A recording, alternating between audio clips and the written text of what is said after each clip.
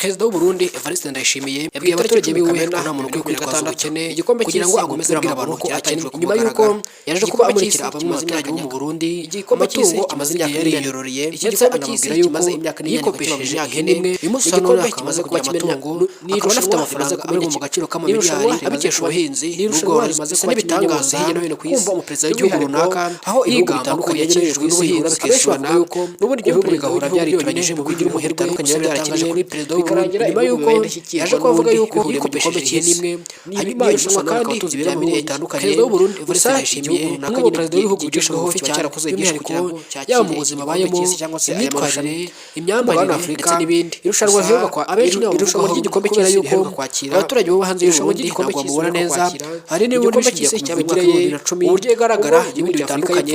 Gusa abaturage bo mu Burundi ndetse abaturage bakishima cyahebuje, bamwe na bamwe mu Barundi bakunda cyane, hari n'ibiturutse ku kuba bamwe babona ko uyobora neza cyane ibihugu bitandukanye. Evariste Ndayishimiye ibihugu bitandukanye birenze kugaragaza uko ari muri Afurika y'Epfo busanzwe rwose biresurana, aho birenze kugaragara hinga n'ibindi bikorwa n'ubundi bibana n'ubuhinzi n'ubworozi byakabaje igihugu cyabaye icya mbere, by'umwihariko abaherereye hanze y'igihugu cy'u Burundi. Gusa abaturage bo mu Burundi ndani uyu munsi wa none rero imikino ikorera muri Leta Zunze Ubumwe za Amerika muri leta zitandukanye Ndayishimiye ukunze kwicisha bugufi cyane yuko perezida n'ubundi cy'isi gihe batari bake mu gihugu cy'u Burundi. Gusa amagingo aya hanze y'u Burundi cyabereye gucishamo ijisho kubera yuko imyitwarire ye n'imigaragarire ye bihabanye cyane n'uko abaturage gikurikijwe bitwara. Uyu munsi wa none amasomo meza akora kuri uyu mugabo nuko n'igikombe cyabaye kose bitakubuza gukora imirimo iciriritse ipfa kubyara inyungu, kuko uyu munsi wa none perezida w'u Burundi Evariste Ndayishimiye ni urugero rw'umuperezida mwiza yaba mu byo yikora akagira n'aho yigeza amashuri n'ibindi, kubera yuko igihugu gakora ako kazi nyine ko mu biro by'igihugu gusa, aho n'ubundi ahora agaragara mu bikorwa by'ubuhinzi n'ubworozi